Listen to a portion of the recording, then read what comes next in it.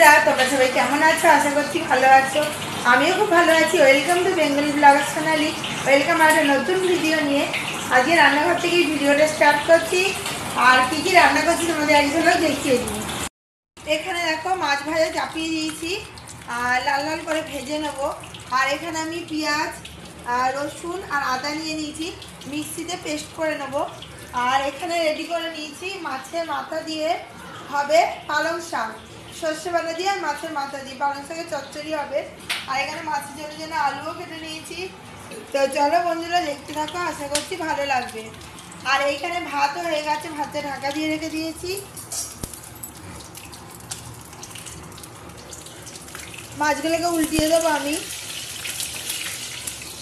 আর আড়ত থেকে তো মাছ আনি, তোমরা জানোই আড়তের মাছ খুব ভালো, এমনি স্বাদও আছে আর টাটকা মাছও একদম পাওয়া যায়। তাই চলো মাছগুলো ঝটপট করে ভেজে নিই, আর ততক্ষণে মশলাটা রেডি করে নিই। পেঁয়াজ রসুন আদাটা পেস্ট বানিয়ে নিই। মিক্সিতে এই পেস্টটা বানাবো, সেই জন্য মিক্সিটা আমি রেডি করে নিয়েছি। এবার আমি ওগুলো দেবো, দিয়ে পেস্ট বানিয়ে নেবো। তারটা বন্ধুরা খুব ছোট হয়ে গেছে, সেটা মিক্সিতে মশলা করতে খুব অসুবিধা হয়। দেখো এগুলো সব আমি দিয়ে দিলাম, দিয়ে এবার পেস্টটা বানিয়ে ফেলবো। সুইচটা দিয়ে দেবো।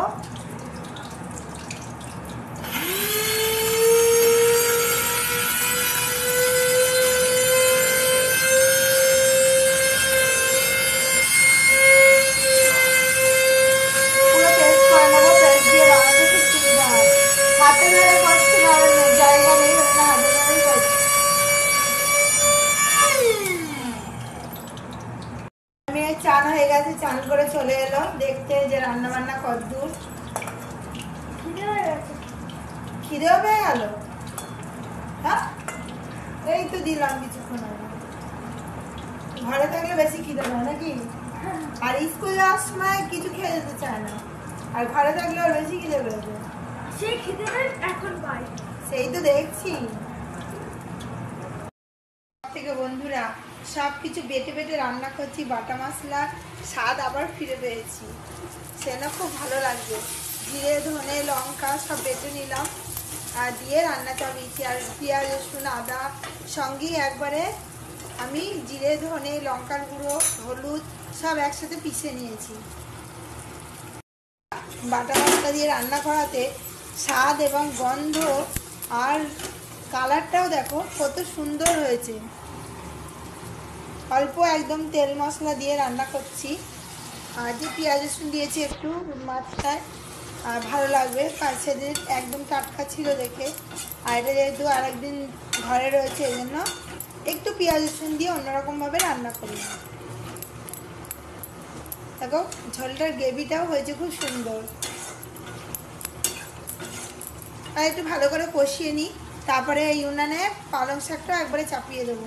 সর্ষে তো গুঁড়ো করা আছেই, ওই দিয়ে করে নেবো। বাটা মশলা দিয়ে মাছের ঝোল চাপিয়ে দিয়েছি, আর মাছের ঝোল ফুটতে থাকুক, আমি ঢাকা দিয়ে দিই। আর এই উনানে চাপিয়ে দেবো আমি পালং শাক দিয়ে মাছের মাথা দিয়ে চচ্চড়ি। তা চলো চাপিয়ে দিই, কড়াইটা নিয়ে আসি। পালং শাক আমি চাপিয়ে দিয়েছি। তো প্রথমে কালো জিরে ফোড়ন দিয়েছি, দিয়ে পালং শাকগুলো দিয়ে দিয়েছি, তারপরে মাছের মাথাগুলো একসাথে দিয়ে দিয়েছি, দিয়ে একটু ঢাকা দিয়ে রাখবে কিছুক্ষণের জন্য। আর কারণ পালং শাক দিয়ে যা জল বেরোয়, এতেই কিন্তু তোমার রান্না পুরো কমপ্লিট হয়ে যাবে, আর এক্সট্রা করে কোনো জল লাগবে না। একটু ঢাকা দিয়ে দিলে এগুলো পুরো মজে সুন্দর হয়ে যাবে। আর দেখো বন্ধুরা এখানে আমি মশলাও রেডি করে নিয়েছি। এখানে নিয়ে নিয়েছি আমি জিরে, এখানে নিয়ে নিয়েছি আমি হলুদ গুঁড়ো লঙ্কার গুঁড়ো চিনি লবণ, আর নিয়েছি আমি ঘরে বানানো সর্ষে গুঁড়ো। এটা আমি পেস্টটা বানিয়ে নেবো। আর ততক্ষণের জন্য এটা একটু কিছুক্ষণের জন্য ঢাকা দিয়ে দেবো, তাহলে সব কিছু মজে একটা সুন্দর তৈরি হয়ে যাবে।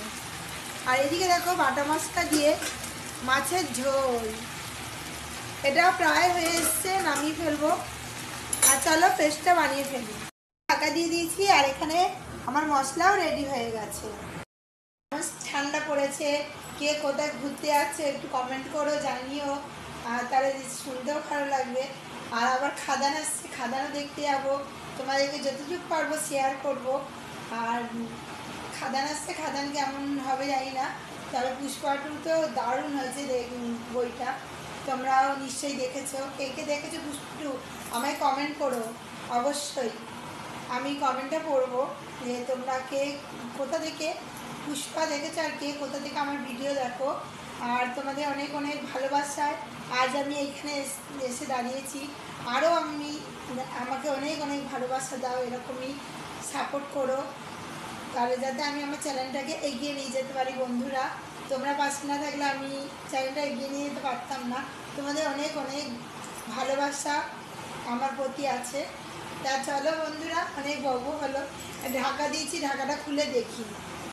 খুলে দিয়েছি আমি, এবার যে পেস্টটা বানিয়েছি ওটা দিয়ে দেবো। আর সর্ষে যেহেতু গুঁড়ো, ওই জন্য দারুণ কিন্তু রান্নার একটা স্বাদও আসে আর খেতেও খুব ভালো লাগে। এবার আমি ভালো করে নেড়ে চেড়ে কষিয়ে নেব। আর এখানে মাছের ঝোলটা মনে হয়ে গেছে, নামিয়ে ফেলবো আমি, ঝোলটা নাহলে বেশি টেনে যাবে। নামিয়ে অফ করে দিলাম। বাসনে রেডি করে নিয়েছি, আমি ঢেলে নেব। আর বাটা মশলার ঝোল খেতে কিন্তু দারুণ হয়, সেই জন্য আমি মিক্সিতে সব কিছু বেটে বেটেই রান্না করছি। আর ঘরেই সর্ষে গুঁড়ো বানাচ্ছি, আরও খেতে দারুণ লাগছে। দেখো মাছের ঝোলটা কিন্তু দারুণ কালার এসছে। এবার আমি পালং শাকটা ঝটপট করে বানিয়ে ফেলি। দিয়ে পালং শাক দিয়ে আমার হয়ে গেছে, আর কত সুন্দর দেখতে হয়েছে দেখো। আর জল একটুও লাগেনি। ওর মুখে ঢাকা দিয়ে দেবে, তাহলেই দেখবে সব তরকারি মজে সুন্দরভাবে হয়ে যাবে।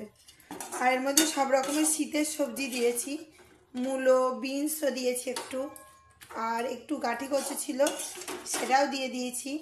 খেতে খুব ভালো হয়। আর একটু বেগুন, সব কিছু দিয়ে পালং শাকটা রান্না করেছি। আর মাছের মাথা তো দিয়েছি, রুই মাছের মাথা দিয়ে কিন্তু পালং শাকের চচ্চড়ি খুব ভালো লাগে।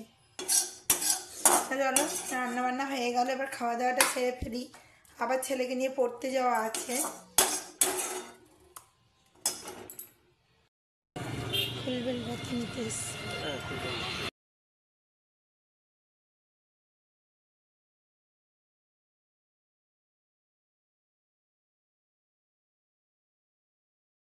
ভিডিও আমি এখানেই রাখছি।